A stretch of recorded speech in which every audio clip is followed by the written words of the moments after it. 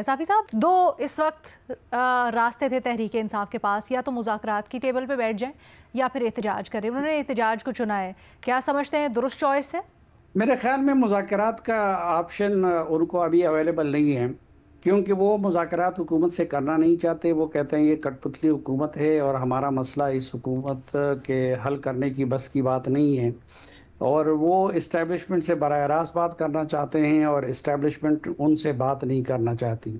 और इस्टेब्लिशमेंट की यही राय है कि अगर किसी ने बात करनी है तो वो हुकूमत के साथ बात करे। तो ये ऑप्शन तो उनकी तरफ से आजमाया जा चुका है। एहतजाज का ऑप्शन भी उन्होंने 2 मरतबा आजमा लिया है और दोनों मरतबा वो मतलूबा नताइज हासिल नहीं कर सका। लेकिन जिस तरह सुहेल साहब बता रहे थे कि अब अगर उनके बच्चों के आने की वजह से और उनके लीड करने की वजह से या किसी और वजह से वो इसमें कामयाब हो जाए कि वो लोगों को निकाल दें और निज़ाम को मफलूज कर दें, तो उस सूरत में उनकी तहरीक कामयाब हो सकती है। लेकिन सवाल यही है कि अब उनकी तैयारी किस तरह रहती है, उनकी पार्टी के अंदर जो दड़ेबाजी है वो दड़ेबाजी किस तरह ख़त्म होती है। फिर ये कि एहतजाज वो अकेले करते हैं या अपोजिशन की दीगर जमातों को साथ ले कर करते हैं।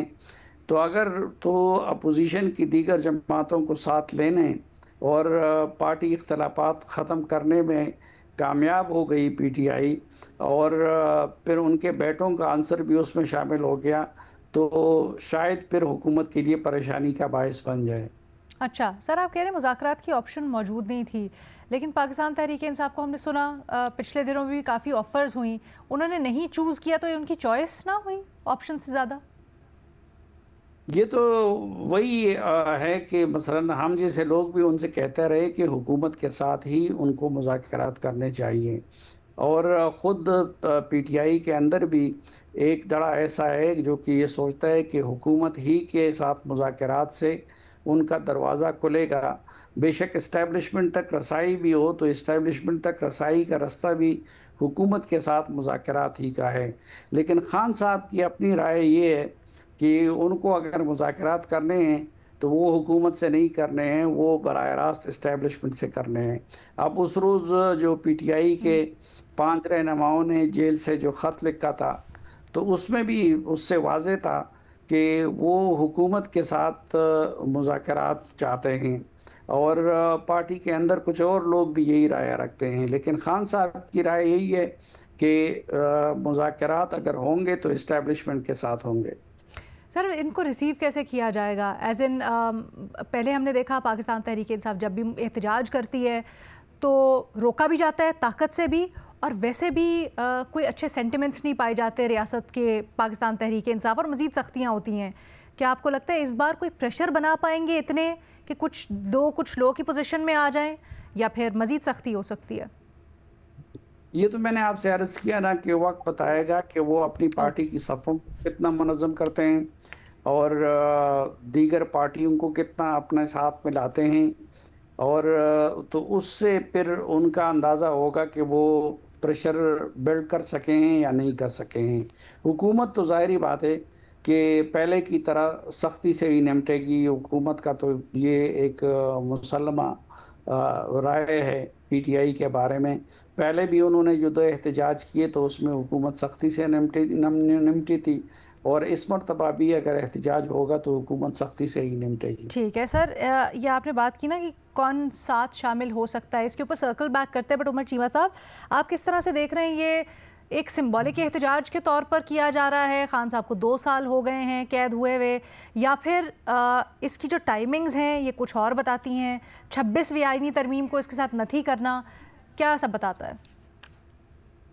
अलीना, मुझे तो यही लगता है कि ओवरऑल इस टाइम जो टाइम है वो पीटीआई की फेवर में नहीं जा रहा, यानी कि उनके लिए दिन ब दिन जो उनकी एक बारगेनिंग पोजीशन थी जिस पे वो सौदेबाजी कर सकते थे, जिस पे वो रेलेवेंट थे, वो रेलेवेंस उनकी कम होती जा रही है। और इमरान खान जो है वो अपनी जगह पर वो समझ रहे हैं कि मेरे बगैर ये सिस्टम नहीं चल सकता, और वो चाहते हैं कि मेरी शराइत पर चीज़ें आगे चलें।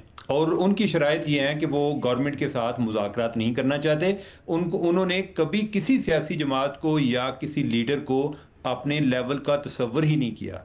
वो जब प्राइम मिनिस्टर थे तो तब भी जब कोई जो अपोजिशन लीडर थे या बाकी जो पार्लियामानी लीडर्स थे उनके साथ बात करनी होती थी तो उनकी एक सेकंड टियर लीडरशिप इन्वॉल्व होती थी, वो दरमियान में नहीं होते थे। वो अपना को काउंटर पार्ट अगर किसी को समझते हैं या अपने मुकाबले का समझते हैं तो जिसके पास आर्मी चीफ का ओहदा होता है उसको तसव्वुर करते हैं।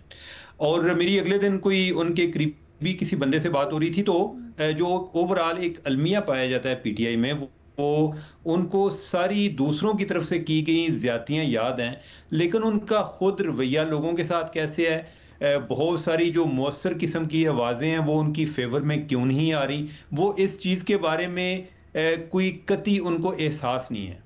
और मेरी किसी से बात हो रही थी तो मैंने उनको पूछा, उन्होंने कहा जी कि अगर आप इमरान खान की बात करते हैं तो इमरान खान पूरी अगर पीटीआई ख़त्म भी हो जाए तो इमरान खान जिस बात पे अटका हुआ है वो इमरान खान उससे पीछे नहीं हटेगा।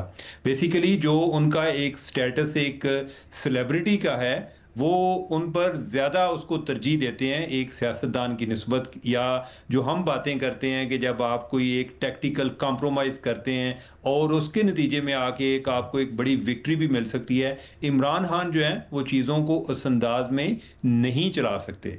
और दूसरा ये है कि जो गवर्नमेंट है या इस्टेब्लिशमेंट है उनके लिए इमरान खान के लिए कोई गुंजाइश पैदा करना उनके लिए इसलिए भी आसान नहीं है क्योंकि इमरान खान की कोई गारंटी देने को भी तैयार नहीं है। उस सारी सूरत में वो बेशक एहतजाज होते रहे, एहतजाज जो आज से 1 साल पहले हो सकता था, गवर्नमेंट की जितनी गिरफ्त उस टाइम थी अभी उससे ज़्यादा है, तो मुझे नहीं लगता कि इससे कोई फ़र्क पड़ेगा। इमरान खान के गुस्से में इजाफा ज़रूर होता जाएगा।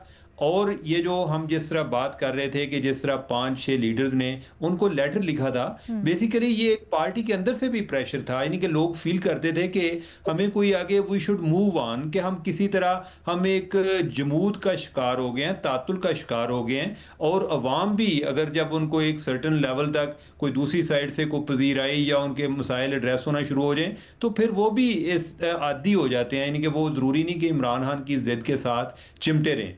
तो इस सारे अमल में इमरान खान जो है वो बेसिकली वो जो बात करते हैं, बाकी लोग जो हम उनकी पार्टी के लोगों को डिस्कस करते हैं उन बेचारों की कोई अहमियत नहीं है।